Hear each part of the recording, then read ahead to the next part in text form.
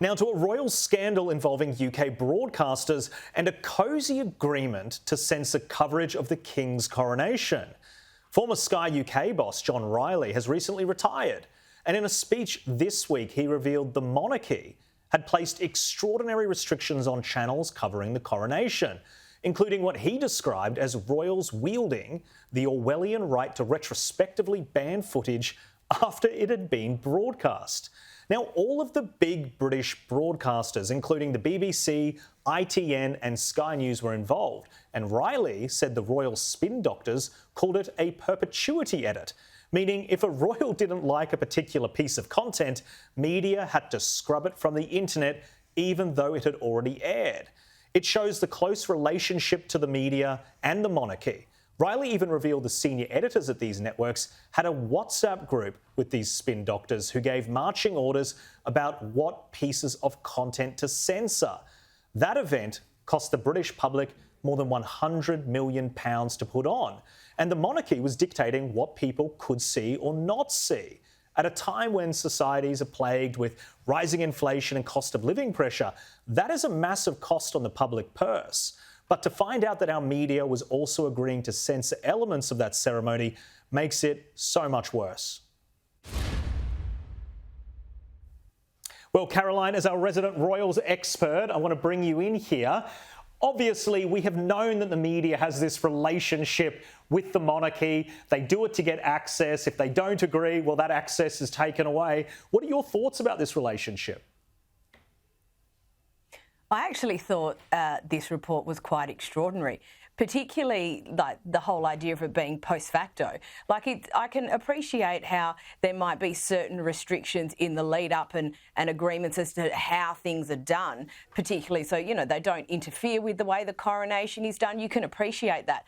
But having to scrub stuff that is already on the internet makes it makes no sense because, once something's on the internet, it's on the internet forever.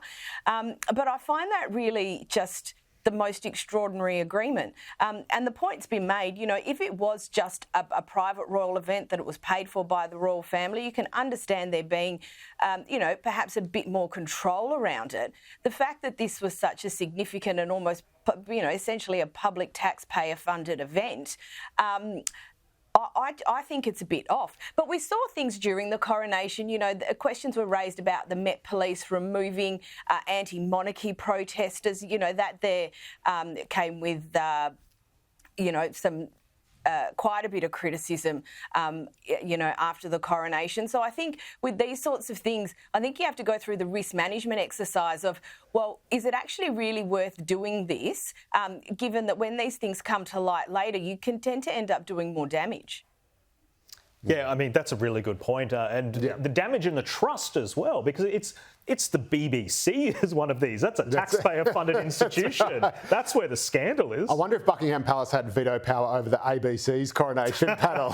I wonder what they thought of that. Oh, that's fine. Yeah, put that through. I think, it's obviously, but I don't know if chilling's the right word because it's also hilarious. That's why the Royals are so much fun because everything is just like, what?